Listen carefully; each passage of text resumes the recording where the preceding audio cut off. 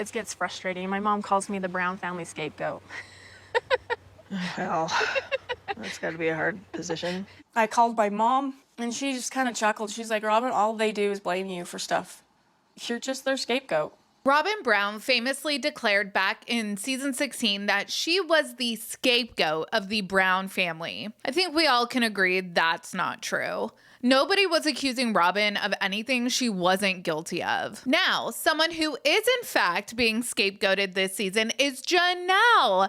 Kody is setting Janelle up to be the fall guy for all of the money confusion in the family. And let's hope it's just confusion and not anything more nefarious. I hope Kody's attempts are just meant to thwart family members, but I am really nervous this could spill over into legal trouble for Janelle should the IRS or some other entity start poking around the Brown family's finances. It makes me wonder, is part of the reason why Mary and Janelle haven't gone scorched earth down on Kody and Robin is because there's some sort of fear of mutually assured destruction at play here? We have a lot to talk about. Let's get into today's video.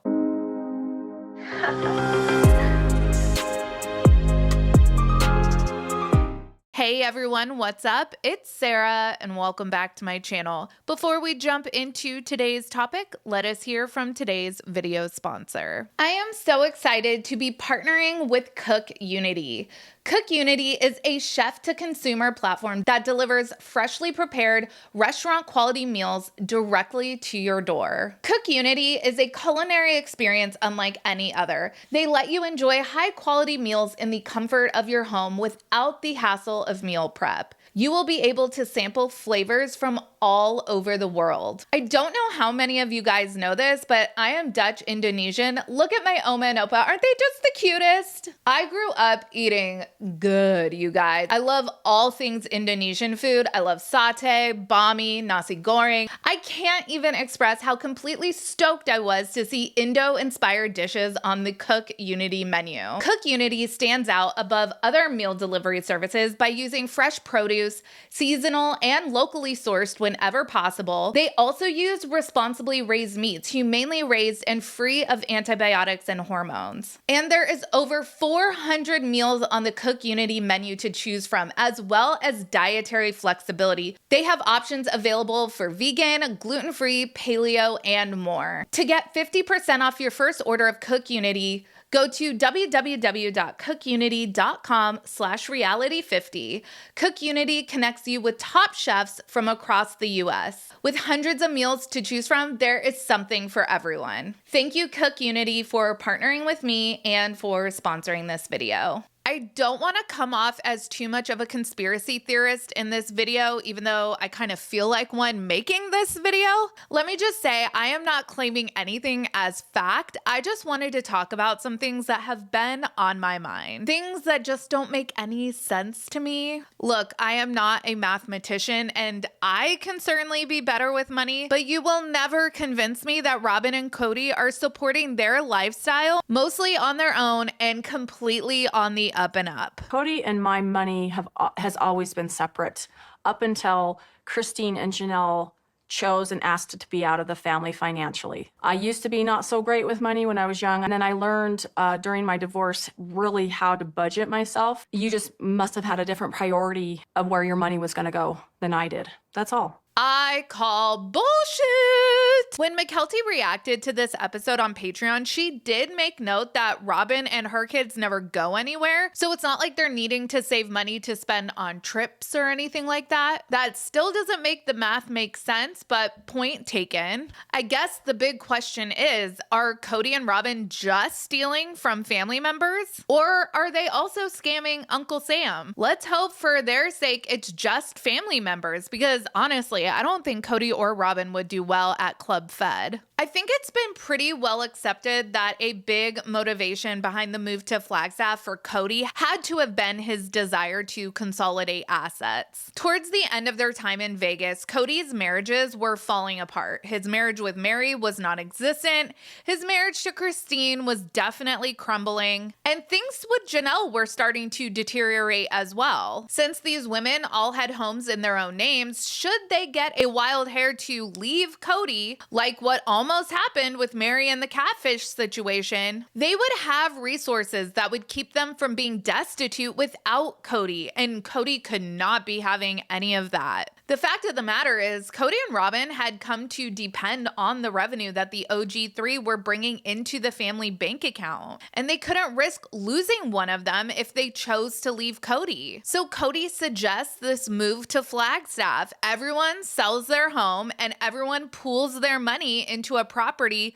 that I will go so far as to say Kody never had any intention on developing. I am actually coming to believe now that Coyote Pass was always just meant to shelter the money. For Kody, it was better to put the money in a piece of land that is all wonkily divided in a way that made no sense than have the money be liquid in a bank account that a wife could just say, hey, give me a quarter of that at any time. Now, everything is all confusing according to Robyn, which is exactly how Kody and Robyn wanted it. Now, I am not saying that Kody is out committing financial crimes because I really don't know. I will just say that on the surface, the math doesn't math. This guy lives a freaking lavish lifestyle. He's spending $600 to $1,200 a month just carting water to his house. He isn't solely producing an income that he could possibly be living off of. And being married to Robyn is even more of a financial drain than his monthly water bill is. Mary told us this season Kody's always been creative when it comes to his finances. Cody's always been very creative in his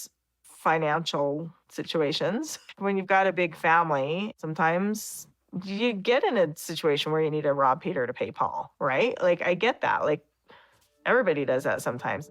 Now, when you say robbing Peter to pay Paul, who's Peter?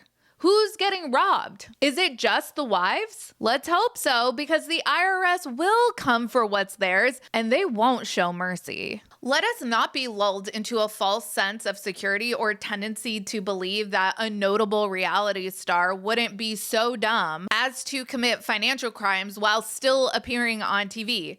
It literally happens all the time. You have Mike Sorrentino, the situation from Jersey Shore, the Judices from Real Housewives of New Jersey, Jen Shaw, Real Housewives of Salt Lake City, Abby Lee Miller from Dance Moms, the Chrisleys, Martha Stewart, all reality stars who at the height of their popularity or maybe notoriety got caught and convicted of various financial crimes, tax evasion, insider trading, wire fraud, lots of big time financial no-nos. Jen Shaw is currently serving like a 6-year sentence, and the Chrisleys, I think at least Todd, is serving 12. All I'm saying is Kody better hope that Janelle has been keeping the books legit. It's pretty clear now that whoever comes asking questions about money, Robyn is going to feign stupidity and Kody is going to point the finger at Janelle. I am beginning to realize that Kody has been telling everybody that I somehow was controlling the money. And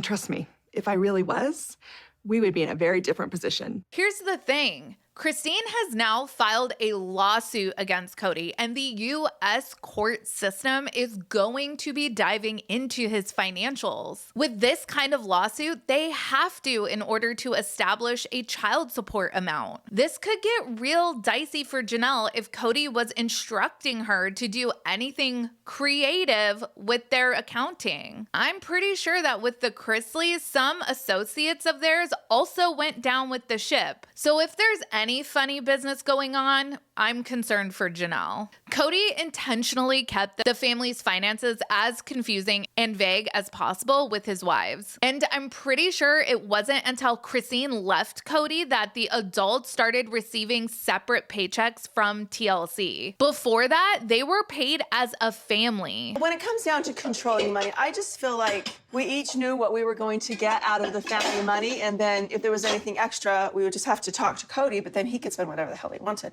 All of our money got put into a big, huge fund. And I always talked to Kody about getting paid. He's the one who always wrote the check. If I needed anything, I told Kody. It was Kody who really had the control of the money. The money went into one bank account and Kody paid people out from there. Kody is going to 100% blame Janelle if his books don't add up, no matter who comes asking, whether it's good old Uncle Sam or whether it's Mary or Christine. He would not hesitate to throw Janelle all the way under the bus and risk her going to prison if it meant that he would be spared. And honestly, I think he would even send Robin to prison before he sent himself. The moment Robin starts looking at a lengthy prison sentence is the moment Kody gets a calling to take another wife. It's no harm, no foul if a wife goes to jail for a polygamist. I, of course, am just speculating as far as Kody getting audited by the IRS. Let's hope he's an upstanding tax-paying citizen. What I am not speculating on, what I am fully confident of, is that if any financial reckoning does come for Kody, he's going to make Janelle the fall guy. As always, let me know your thoughts down in the comments. Make sure you like this video and subscribe to my channel. Check out my second channel, Sarah Spills, and my podcast, Mostly Harmless. Links for both of those will be in the description of this video. Follow me on Instagram, Threads, X, and TikTok at Reality Squad, and I will catch you guys in the next video. Take care. Have a good one. Much love.